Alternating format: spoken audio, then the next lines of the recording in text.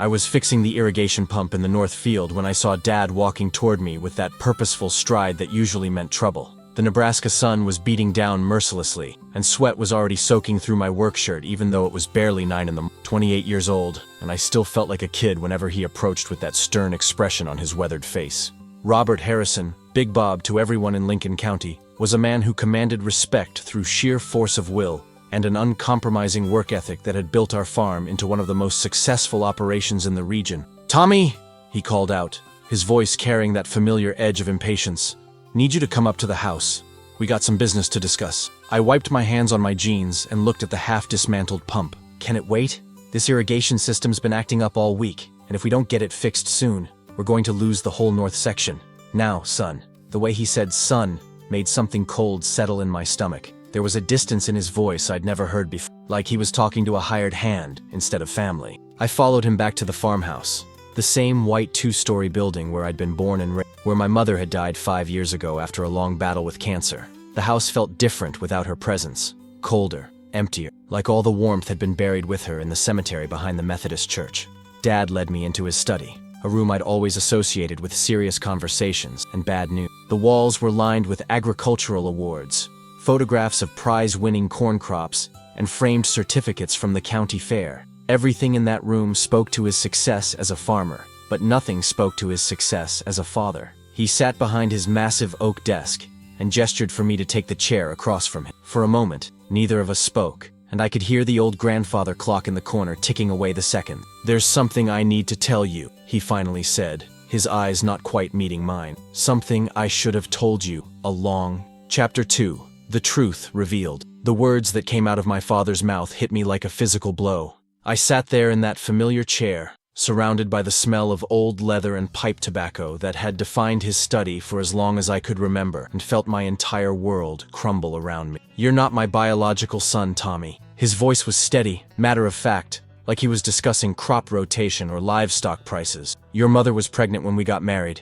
The man who fathered you was some drifter who came through town and left before she even knew she was carrying you." I stared at him, waiting for the punchline, waiting for him to crack a smile and tell me this was some kind of twisted joke. But Big Bob Harrison had never been a man given to humor, and the expression on his face was as serious as a funeral. "I raised you as my own," he continued, his fingers drumming against the desk in a nervous rhythm I'd never seen from him. "Gave you my name, put food on your table, taught you everything I know about farming. But blood is blood, and you're not a Harrison." The room seemed to spin around me. 28 years of memories suddenly took on a different cast. All those times he'd seemed disappointed in, all those moments when I'd felt like I could never quite measure up to his expectations. Now I understood why. "Why are you telling me this now?" I managed to ask, my voice sounding strange and distant to my own ear. "Because I'm getting old, and it's time to set things right." He pulled out a manila folder from his desk drawer and set it in front of me. "I've been to see the lawyer. The farm, the land, the equipment, it's all going to my nephew Jake when I pass. He's got Harrison blood in his veins." Jake, my cousin who lived in Omaha, who visited maybe twice a year and couldn't tell a combine harvester from a hay baler. Jake, who had never worked a single day on this land that I'd poured my life into. "This farm is my life," I said, my voice barely above a whisper. "I've worked this land since I was old enough to walk. I've sacrificed everything for this place." Dad's expression didn't change, and I appreciate that, but it doesn't change the facts. "You're not my son, and this isn't your inheritance." The grandfather clock continued its relentless ticking, marking the seconds of my shattered existence. Chapter 3. The Weight of Betrayal. I walked out of that study feeling like a stranger in my own skin. The farmhouse that had been my home for 28 years suddenly felt foreign, like I was trespassing in someone else's life. Every family photograph on the walls seemed to mock me. Every childhood memory felt like a lie. I found myself standing in the kitchen where my mother used to make breakfast every morning before dawn, where she'd pack lunches for Dad and me during harvest season. She'd been gone 5 years now, and I'd never been able to ask her about the man who was my real father. Had she loved him? Had she ever regretted the choice that led to my existence? The betrayal cut deeper than I'd expected. Not just Dad's betrayal in keeping this secret for nearly 3 decades, but the betrayal of my own identity. Who was I if not Tommy Harrison, son of Big Bob, heir to 500 acres of prime Nebraska farmland? I walked through the house like a ghost, touching familiar objects that no longer felt like they belonged to me. The baseball trophies from high school, the FFA awards, the photograph of me and Dad standing next to our prize-winning corn display at the county fair. All of it felt like evidence of a life that had never really been mine. Outside, The farm continued its daily rhythm. The cattle needed feeding, the irrigation systems required monitoring, and the corn was approaching its critical growth phase. For 28 years, this land had been my responsibility, my passion, my entire reason for existing. I'd turned down a college scholarship to stay and work the farm. I'd ended relationships because girlfriends couldn't understand my commitment to this place. And now I was being told it had all been for nothing. I walked out to the machine shed where I'd spent countless hours maintaining equipment, learning the intricate mechanics of modern farming. Every tool, every piece of machinery, every improvement I'd suggested and implemented, none of it would ever be mine. The anger started as a small flame in my chest, but with each step I took across the land I'd thought was my birthright, it grew hotter and consuming. 28 years of my life, sacrificed for a man who had never really considered me his son. Chapter 4. Memories of Rejection. Standing in the machine shed, surrounded by the tools and equipment I'd maintained for years, memories began flooding back with painful clarity. All those moments when I'd felt Dad's disappointment, when nothing I did seemed good enough. Suddenly they made perfect sense. I remembered being 12 years old, proudly showing him a 4-H project I'd worked on for months. While other fathers beamed with pride at their sons' achievements, Dad had simply nodded and pointed out 3 things I could have done better. I'd thought he was just a perfectionist, pushing me to excel. Now I realized he'd been looking at the son of another man and finding me lacking. There was the time in high school when I'd been offered a full scholarship to the University of Nebraska's agricultural program. I'd been so excited to tell him, thinking he'd be proud that his son had earned such recognition.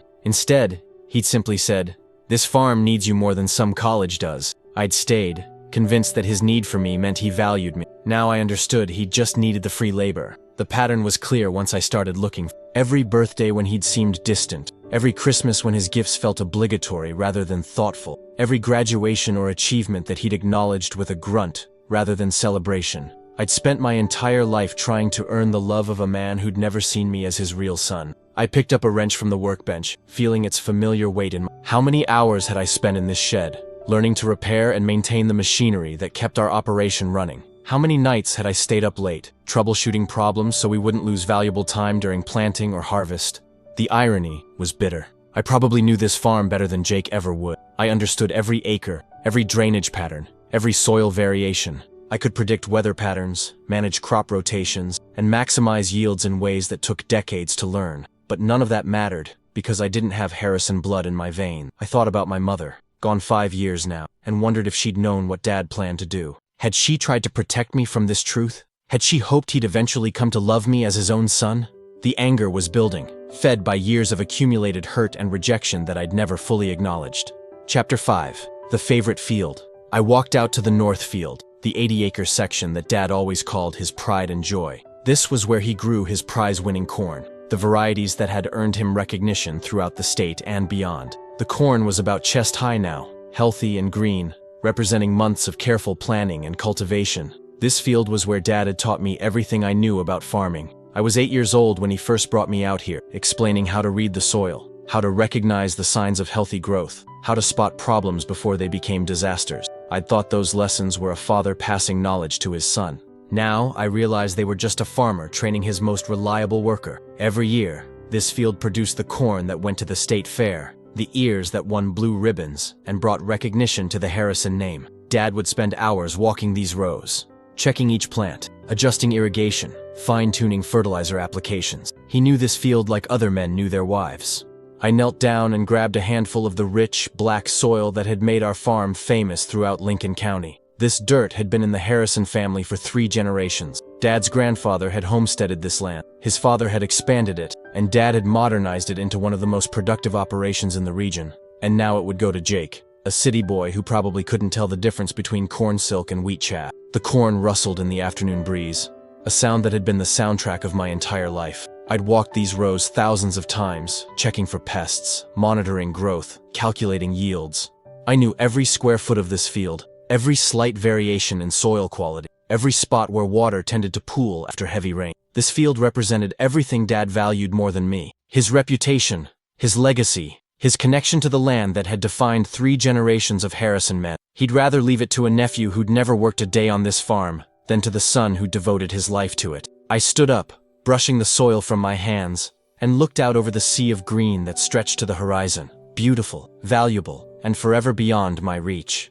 The anger was no longer just a flame. It was becoming a fire. Chapter 6.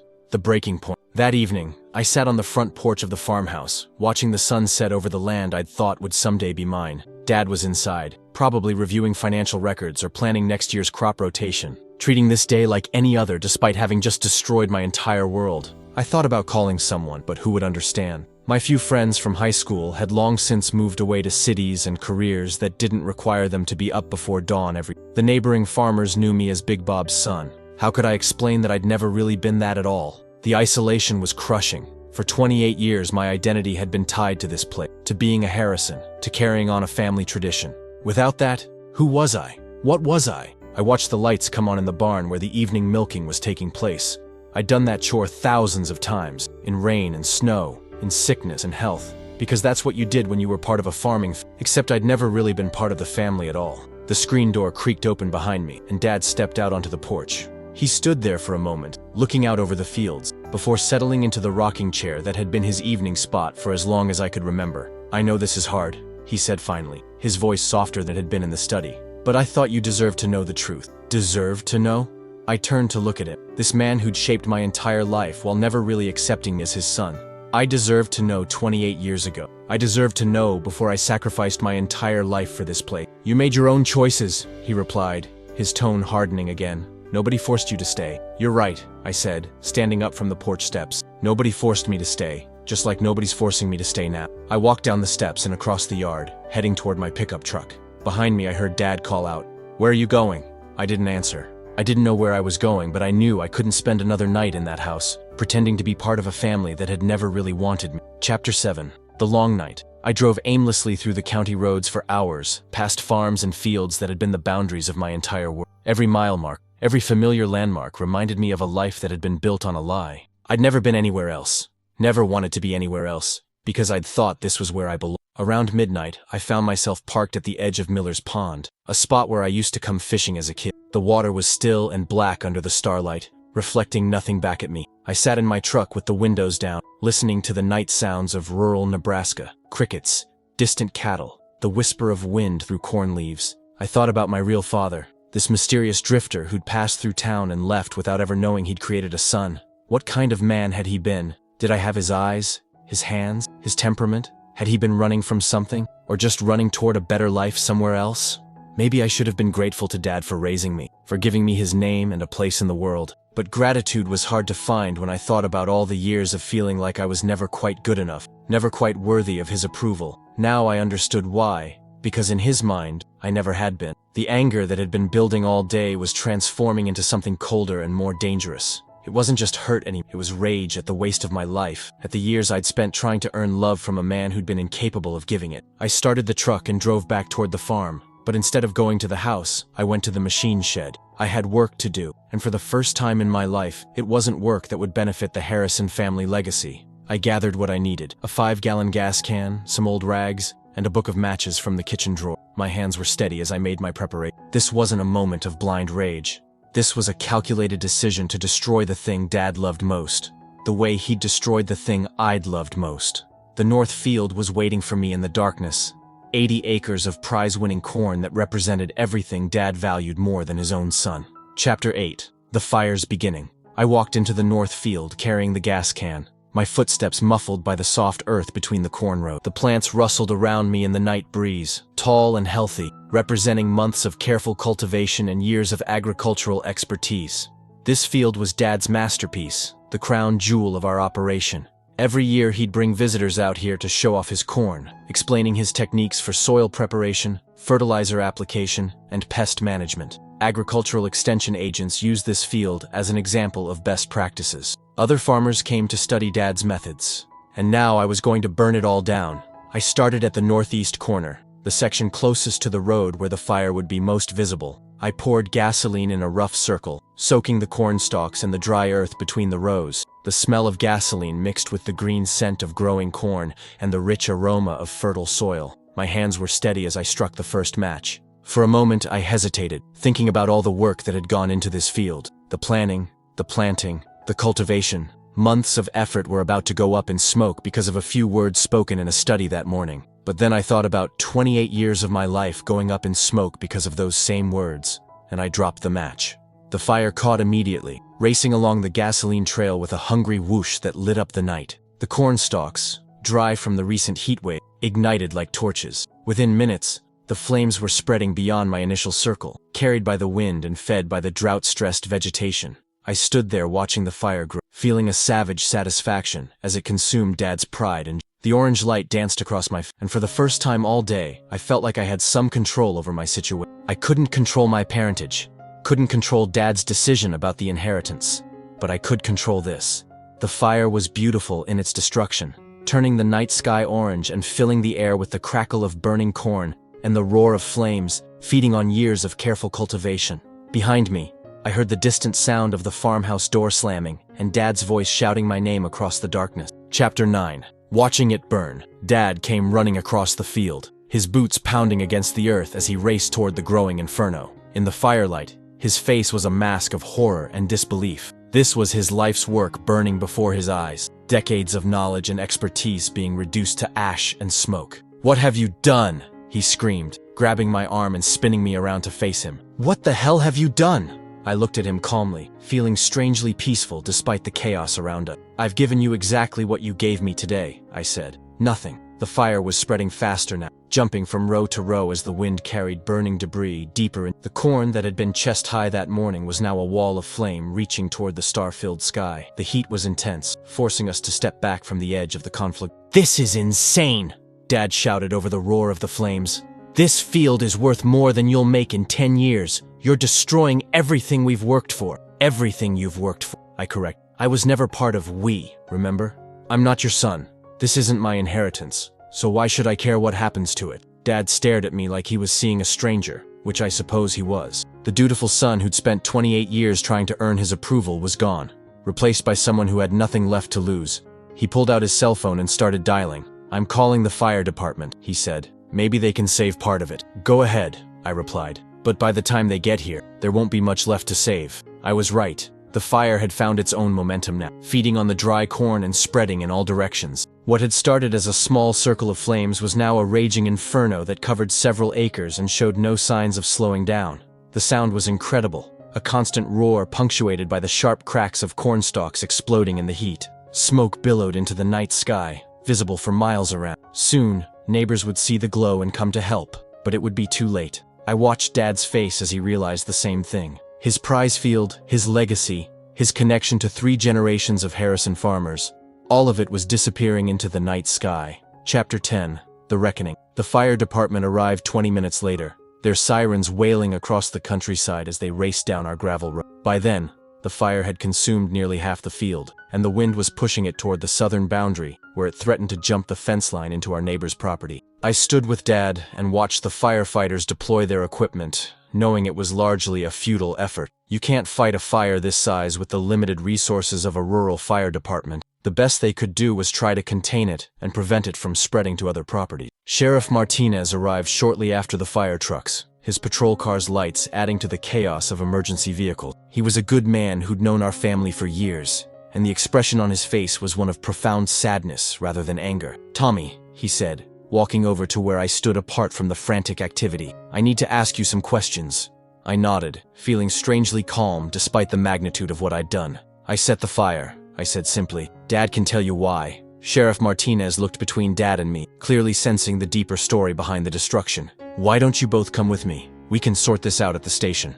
As we walked toward the patrol cars, I took one last look at the burning field. The fire was beginning to die down in the areas where it had started, leaving behind blackened stubble and smoldering. By morning, there would be nothing left but ash and the memory of what had once been Dad's pride and joy. 40 years, Dad said quietly, his voice barely audible over the noise of the fire trucks. 40 years I've been perfecting the techniques I used in that field. 28 years, I replied. 28 years I spent thinking I was your son. We rode to the sheriff's station in separate cars, the burning field growing smaller in the rearview mirror and was just aglow on the horizon. I knew I was probably going to jail, knew that my life as I'd known it was over, but for the first time since that morning's conversation in Dad's study, I felt like I'd taken control of my own destiny. The fire had been my declaration of independence, my way of saying that if I couldn't inherit the Harrison legacy, then maybe that legacy didn't deserve to survive. Chapter 11. Consequences.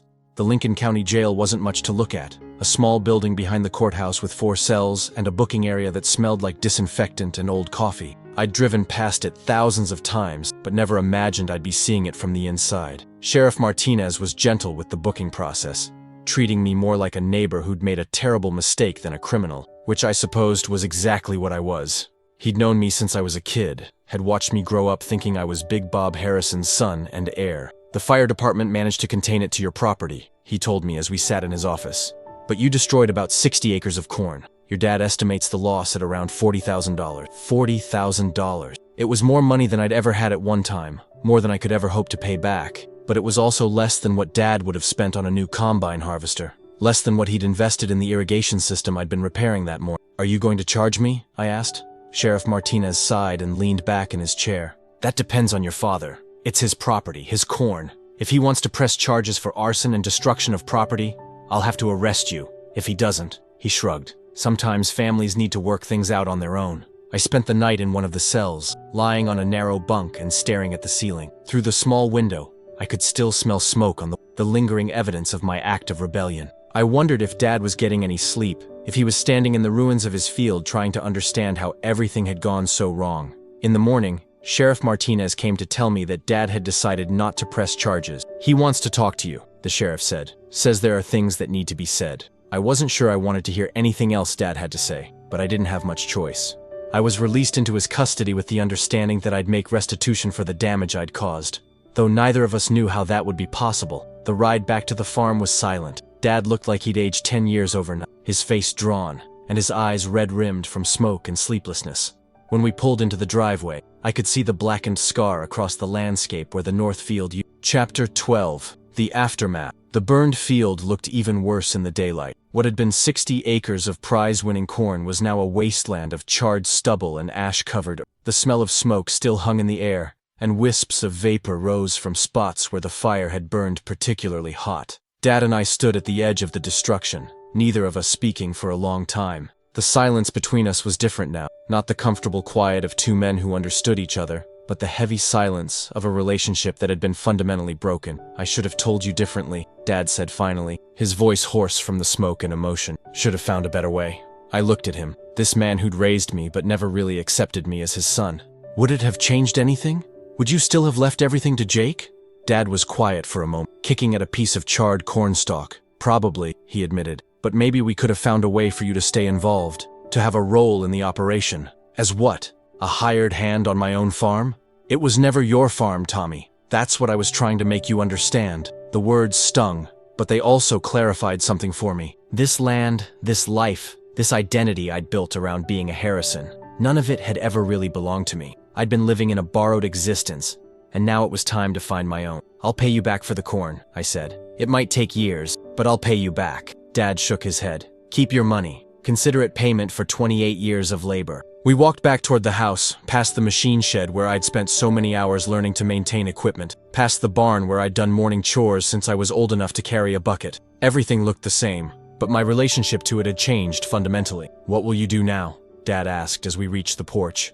I looked back at the burned field, at the evidence of my rage and disappointment. I don't know, I said honestly, but I know I can't stay here. Dad nodded, understanding that some bridges once burned can never be rebuilt. I'm sorry, Tommy, for all of it. It was the closest thing to an apology I'd ever heard from, and maybe it was enough. Chapter 13. Moving Forward. I left the farm 3 days later with everything I owned packed into the back of my pickup truck. It wasn't much. Some clothes, a few tools, and a small savings account that would have to last until I figured out what came next. Dad stood on the porch as I loaded the truck, watching, but not helping. We'd said everything that needed to be said, and now it was time for me to discover who Tommy was when he wasn't trying to be a Harrison. The burned field was already being prepared for replanting. Dad had hired a crew to clear the debris and work the ash into the soil. In a year or two, you'd never know there had been a fire there. The land would recover, as it always did, but the relationship between father and son would remain scarred forever. I drove through town one last time, past the feed store where I'd bought supplies for 28 years, past the diner where I'd eaten breakfast with other farmers during busy seasons, past the bank where the Harrison name had meant something. None of these places would remember me as anything other than Big Bob's son who'd burned down his own inheritance. But maybe that was okay. Maybe it was time to build an identity that wasn't dependent on someone else's approval or acceptance. I headed east toward Omaha, toward a city where nobody knew my name or my story, where I could start over without the weight of family expectations or the burden of trying to live up to a legacy that had never really been mine. In the rearview mirror, I watched the farm disappear behind me, the white farmhouse, the red barn, the fields that had defined my entire existence. I felt a pang of loss, but also something that might have been relief. The radio was playing an old country song about leaving home and finding yourself on the open road. I turned it up and pressed harder on the accelerator, eager to put distance between myself and the life I was leaving behind. Somewhere ahead was a future I'd have to build from scratch, without the safety net of family land or inherited identity. It was terrifying and liberating at the same time. The burned field had been my declaration of independence.